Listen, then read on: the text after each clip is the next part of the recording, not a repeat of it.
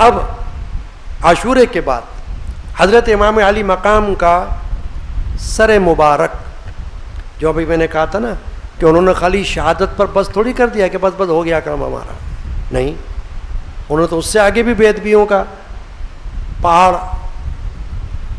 جاری رکھا. سر مبارک نیزے پر چڑھا کر کوفے میں ابن زیاد کے پاس روانہ کیا، اور 12ویں تاریخ محرم کی صبح کو بروز یکشنبہ عمر بن سعد نے کوچ کا ڈنکا بجایا کہ جانا ہے ہم کو یہاں سے، اور خیمے میں کہلا بھیجا کہ ساری مستورات، ساری خواتین حرم پاک کی، اہل بیت پاک کی جو موجود تھیں وہ سب تیار ہو جائیں اور اونٹوں پر سوار ہو جائیں، کجاووں پر. جس طرح سے مکے سے کربلا میں آئے تھے اسی طرح ان کو کربلا لے جایا جائے گا، کوفہ لے جایا جائے گا، کوفے جانے کو تیار ہو جائے.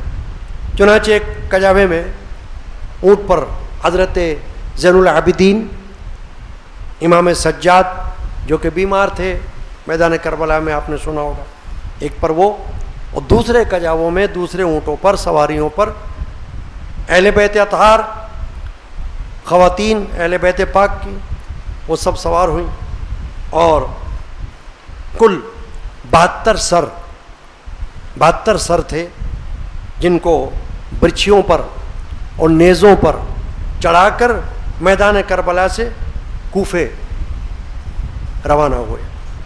اہل بیت اطہار ان شیاطین کے پنجے ظلم میں گرفتار، بات کرنے آہ سرد بھرنے سے ناچار، نہ کوئی مونس نہ کوئی غمخوار.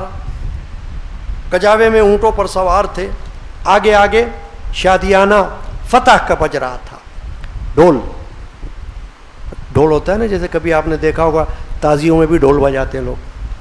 میرے جد امجد تقریر فرما رہے تھے عاشورے کے دن، حضرت مولانا شاہ محمد غلام رسول قادری رحمۃ اللہ علیہ 50 سال پہلے عاشورے کے دن بیان فرما رہے تھے.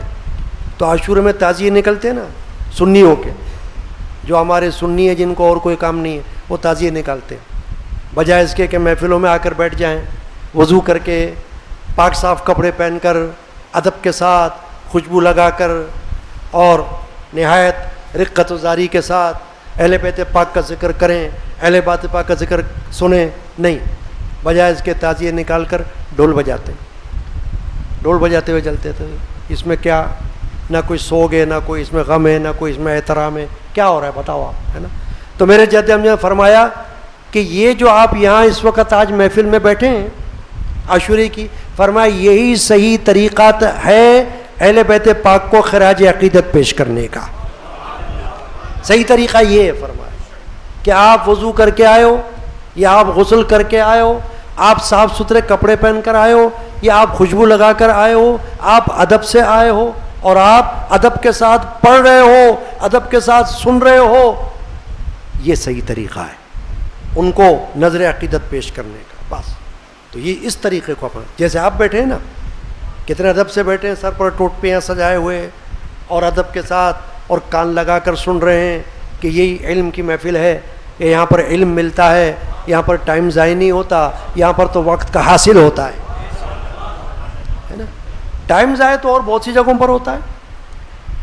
اگر ٹائم ضائع کرنے کی میں بات کروں آپ سے تو خود آپ لوگ بولو گے ہاں آپ صحیح کہہ رہے ہو.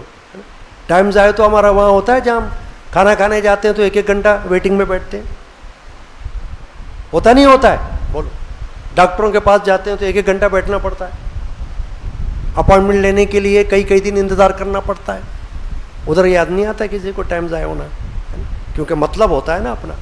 یہ مطلب تو وہ ہے کہ اس مطلب کے اندر تو ہماری آخرت ہے، اس میں ہماری بخشش ہے.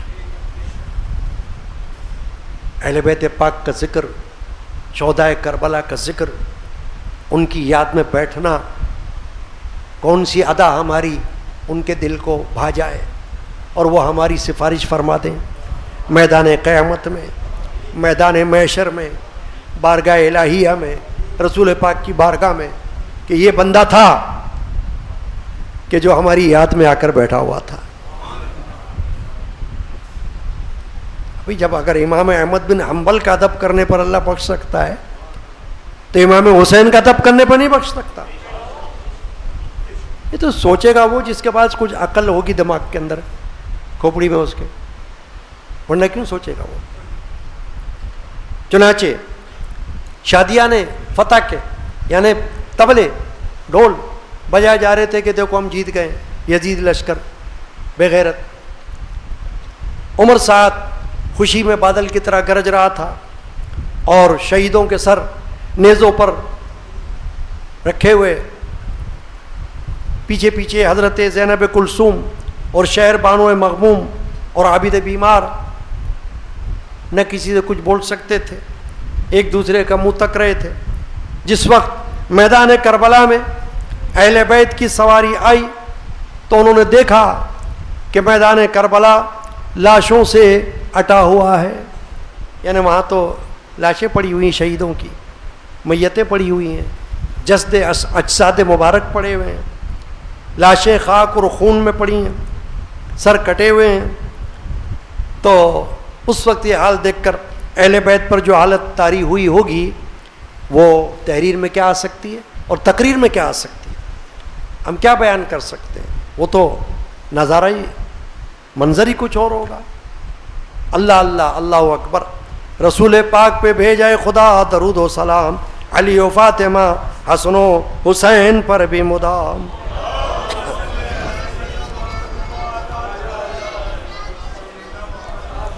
اللہم صلی علی سیدنا محمد وعلی آلہ واصحابہ اجمعین۔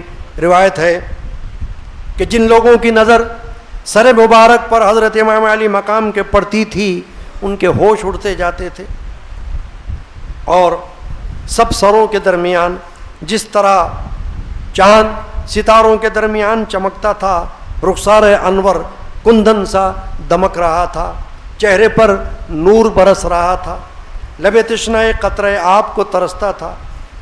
کوفیان بے حیا کہتے تھے یا الہی یہ نور کی مورت ہے یا خاص بنائی ہوئی مصور قدرت کی کوئی صورت ہے۔ روایت ہے کہ خولی ملعون امام حسین رضی اللہ عنہ کے سر مبارک کو لیے ہوئے اپنے گھر کو جو کوفے سے 1 کوس پر تھا پہنچا۔ اس کی بیوی اہل بیت پاک کی چاہنے والی تھی۔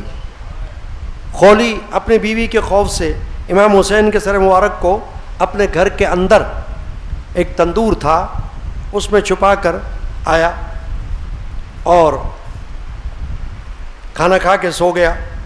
وہ نیک بیوی تہجد کے لیے رات کو اٹھی نماز کے لیے تو کیا دیکھتی ہے کہ جس کمرے میں وہ سر رکھا ہوا تھا وہاں پر ایسی روشنی ہے کہ جیسے جگمگ جگمگ کر رہا ہو کمرہ۔ وہاں جا کر سر انور کو غور سے دیکھا تو معلوم ہوا کہ نورانی روشنی تندور میں سے نکل رہی ہے اور آسمان کی جانب جا رہی ہے۔ یہ دیکھ کر متعجب ہوئی تو کیا دیکھتی ہے کہ غیب سے 4 مقدس بیویاں تندور کے پاس آئیں۔ ایک نورانی بیوی نے سر انور کو تندور سے نکالا اور بار بار چومنے لگی اور سر مبارک کو سینے سے لگایا اور بسط گری اور زاری کہنے لگیں، اے شہید مادر، اے مظلوم مادر، قیامت کے دن حق تعالی میرا انصاف تیرے قاتلوں سے لے گا، تیرے قاتلوں کو سزا دے گا، اور جب تک حق تعالی میرا انصاف نہ دے گا میں عرش کا پایہ نہ چھوڑوں گی۔ پھر ان کے ساتھ وہ دوسری مقدس بیویاں بھی گریہ و زاری کرنے لگیں۔ بعد ازاں اس سر مبارک کو تندور میں رکھ کر غائب ہو گئیں۔ اس کے بعد اس عورت نے تندور میں سے سر مبارک کو نکالا، غور سے دیکھا تو معلوم ہوا کہ سر مبارک تو امام حسین کا سر مبارک ہے۔ بے ہوش ہو گئی دیکھ کر۔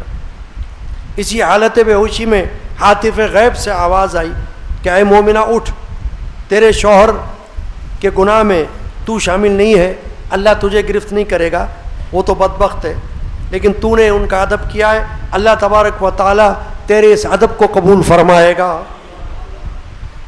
رسول پاک پہ بھیجائے خدا درود و سلام، علی و فاطمہ حسن و حسین پر بھی مدام۔